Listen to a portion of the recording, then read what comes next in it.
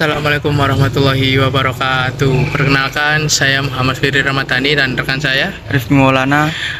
Kita dari mahasiswa Universitas Ma'arif Hasyim Latif. Pada kesempatan kali ini akan melakukan observasi pada perusahaan konveksi seragam. Ikuti kami melakukan observasi lebih detail terkait manajemen risiko di CVML Jaya. Kenalkan, saya Muhammad Firly Ramadhani dan teman saya Rifki Maulana. kami dari Universitas Ma'arif Hasyim Latif. Pada kesempatan kali ini kami akan bertanya-tanya tentang manajemen risiko di perusahaan Bapak. Halo Bapak, dengan Bapak siapa ya? Saya dengan Bapak Misbahul Anam.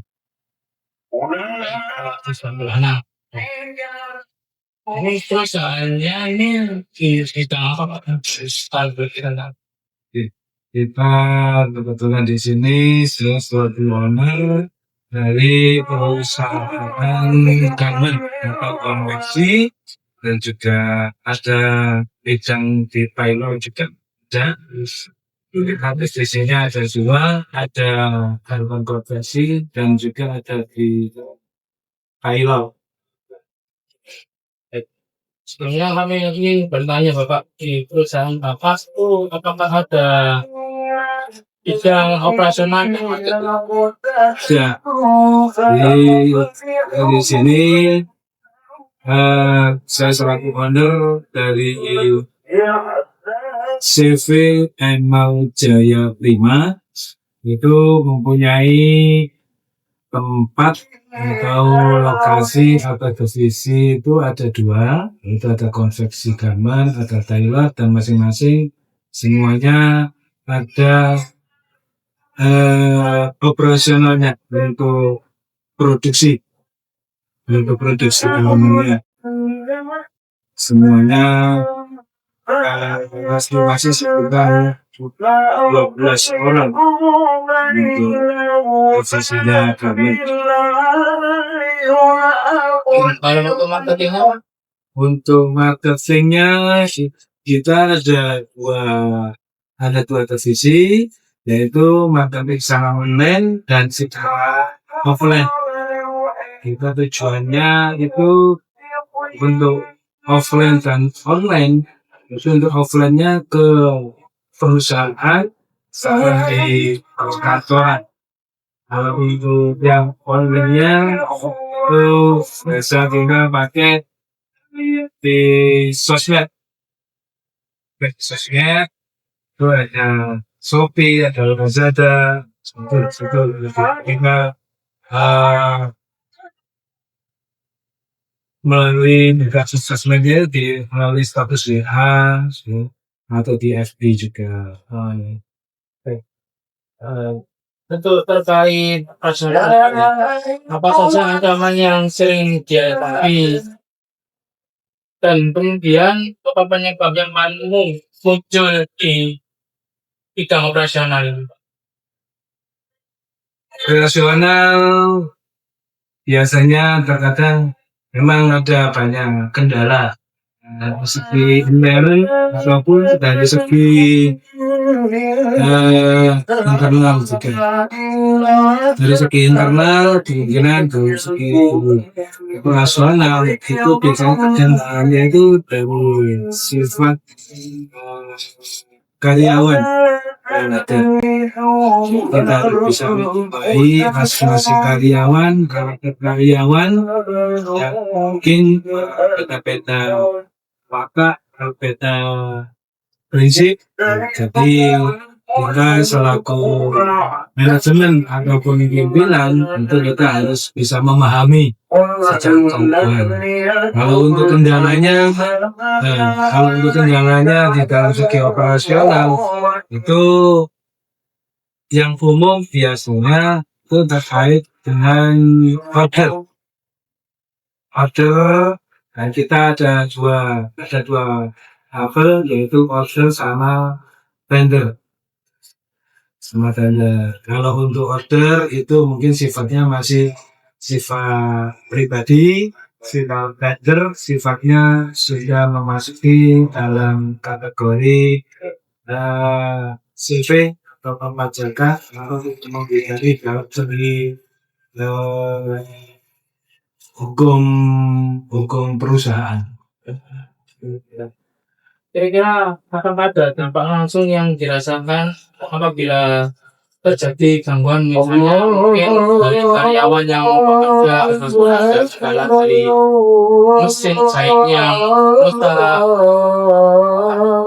Ya, jadi semuanya bidang usaha itu pasti ada kendalanya juga, baik dari segi internal maupun dari segi karyawan ataupun dari segi peralatan. Dari segi peralatan itu kemungkinan ya karena seringnya dipakai untuk operasional dalam jangka waktu tertentu pasti ada yang namanya trouble, adanya kerusakan. Tapi kita sudah membidangi dalam bidang itu. Nah, itu akan ada solusi untuk penyelesaiannya, yaitu kita sudah punya tim sendiri, tim teknis, lalu tukang servisnya sudah tersedia siap. Untuk kendala karyawannya itu biasanya kalau ada problem kerusakan dari segi alat itu kita alihkan untuk pekerjaannya di bidang yang sama, nanti untuk sebagai cadangan. Jadi menunggu alat itu yang trouble atau yang rusak, nanti menunggu perbaikan dulu, setelah selesai baru dioperasional kembali. Tapi dalam operasionalnya untuk terkait di bidang marketing Bapak, menurut dari marketing apakah ada ancaman yang dihadapi saat melakukan kegiatan pemasaran? Ya. Untuk dari segi marketing itu tim kita yang ada di lapangan, ya, khususnya untuk yang ada di lapangan atau yang offline, tim marketing kita itu yang pertama sistem kinerjanya harus memenuhi target yang kita berikan. Dalam tempo 1 hari itu harus bisa menyelesaikan, harus ada sistem kunjungan ke masing-masing perusahaan atau di perkantoran. Itu semuanya harus ada target dan budgetnya. Untuk kendalanya biasanya tim marketing itu yang sering dijumpai itu terkadang tidak bisa masuk ke dalam perusahaan sebelum ada perjanjian dari pihak orang dalam atau staf orang dalam perusahaan. Kalau dari segi online-nya itu cuma kendalanya di bidang kualitasnya aja, kualitas dan kuantitasnya itu yang berpengaruh banyak pemain kita.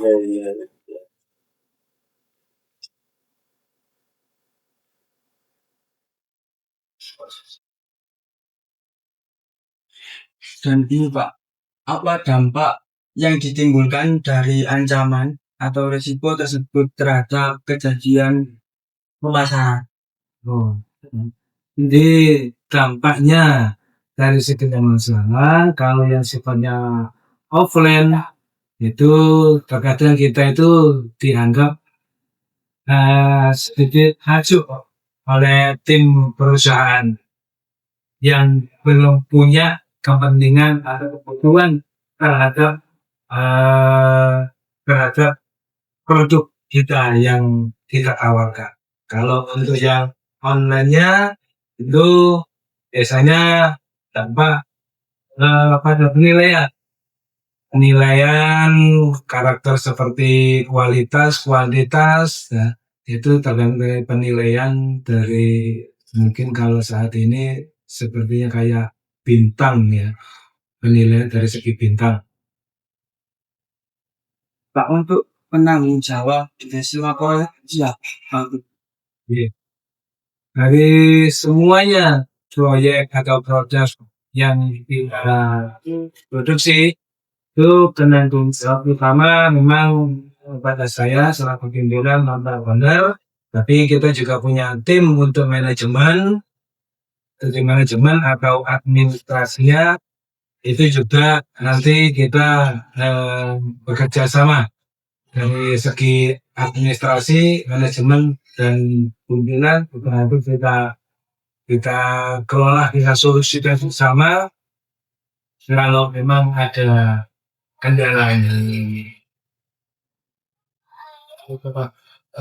Untuk kedepannya apakah ada langkah yang dilakukan dari perusahaan Bapak untuk mengantisipasi atau mengelola resiko yang terjadi pada masyarakat?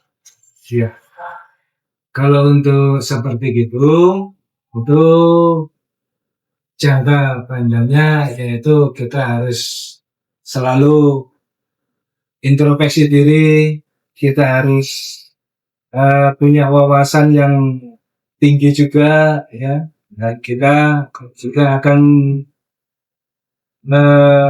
bekerja sesuai keprofesionalan kita, skill kita dan keahlian kita, lebih-lebih kita juga untuk memperbaiki ataupun kekeliruan, kesalahan maupun mungkin ketidakcocokan sesama customer atau sesama vendor itu biasanya kita pakai untuk tenaga yang mungkin harus lebih yang profesional, mungkinnya kriteria lebih besar yang tinggi.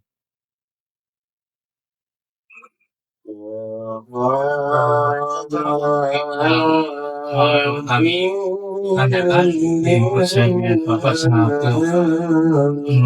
selaku pemilik usaha di CPM saya.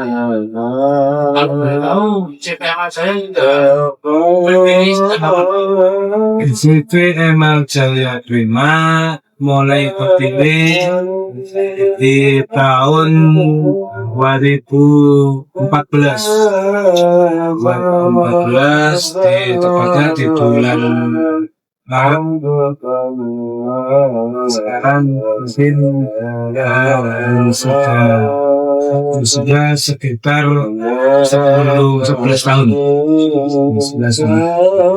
Cuma di awal sebelum CV kita sudah mulai aktivitas itu sudah berkecimpung di dunia garmen di tahun 1999 sampai ini di 2002.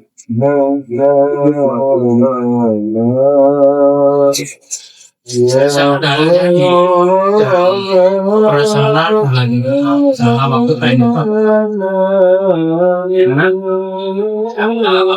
Karena seperti apakah ada kecelakaan pada saat pemeriksaan pembuatan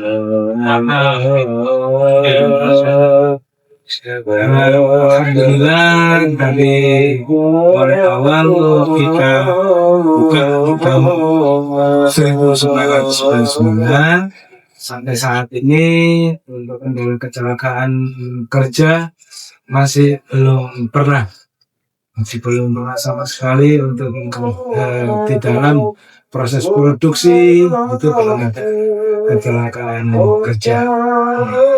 Jadi alhamdulillah ini nggak ada kecelakaan. Soalnya kita kebetulan kerjanya itu tidak seperti perusahaan-perusahaan yang besar-besar pakai mesin yang besar, yang kapasitasnya besar, ya, itu bukan. Jadi kita masih bersifat seperti UMKM. Jadi seperti kita pakai mesinnya kapasitasnya mesin kecil, cuma bisa buat produksi yang lebih besar. Jadi kapasitasnya sudah mesin pakai gigikan semuanya, sudah tidak ada manual. Jadi secara operasional itu lebih cepat, lebih aman, dan untuk bekerja juga lebih aman. Saya pernah produksi hingga ratusan atau ribuan Ya, jadi kita memang kerjaan kita yang selaku untuk yang dia dari garmen ikutin pada hukum CV Timbang Jaya 5. Kita sering dapat vendor itu mayoritas untuk vendor itu di atas 100 piece. Tapi dalam tempo 1 tahun itu pasti ada yang masuk, bahkan bisa ribuan. Kita pun juga sudah punya partner kerja seperti yang di pabrik yang ribuan, itu biasanya mulanya dari Santos Abadi atau pabrik kapal api yang ada di untuk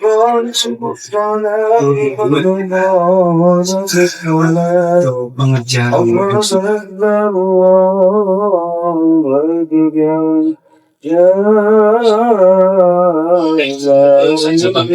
kami selaku mahasiswa yang menempuh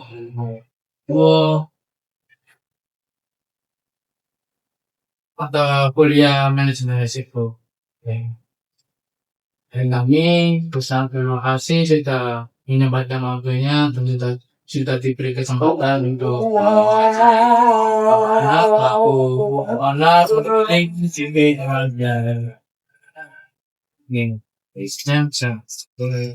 tanyakan waktunya kami ya ada waktunya Bapak siang dan kami